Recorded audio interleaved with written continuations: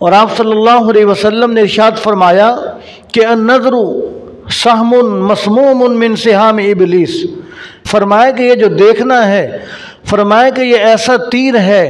کہ جو زہر کے اندر بجھا ہوا ہے، یعنی یہ تیر زہریلا تیر ہے، اس کو زہر کے اندر تیار کیا گیا ہے، اس تیر کو زہر کے اندر ڈبو کر رکھا گیا ہے،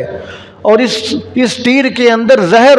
سرایت کروائی گئی ہے۔ فرمایا کہ یہ تیر کس کا تیر ہے؟ من سہام ابلیس، فرمایا کہ یہ شیطان کے تیروں میں سے ایک تیر ہے۔ یعنی جس طرح تیر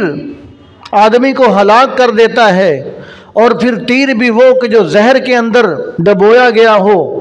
کہ جس کے ساتھ زہریلا مادہ آدمی کے جسم کے اندر داخل ہو جائے پھر تو بچنا ہی مشکل ہے۔ تو فرمائے کہ یہ جو غلط دیکھنا ہے، جو بد نظری ہے، جو بد نگاہی ہے، فرمائے کہ یہ بھی شیطان کے تیروں میں سے ایک تیر ہے۔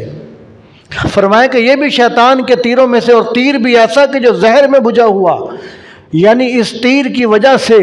شیطان جس آدمی پر وار کرتا ہے تو اس کی روحانیت کو تباہ کر کے رکھ دیتا ہے۔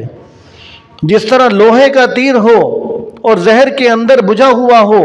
اس تیر کا آدمی کے جسم پر وار کیا جائے تو آدمی کے جسم کو ہلاک کر دے گا، تو ایسے ہی اگر شیطان کا بجھا ہوا یہ ایسا تیر ہے کہ جب یہ آدمی پر اثر انداز ہو جاتا ہے تو آدمی کی روحانیت، آدمی روحانی طور پر تباہ ہو کے رہ جاتا ہے۔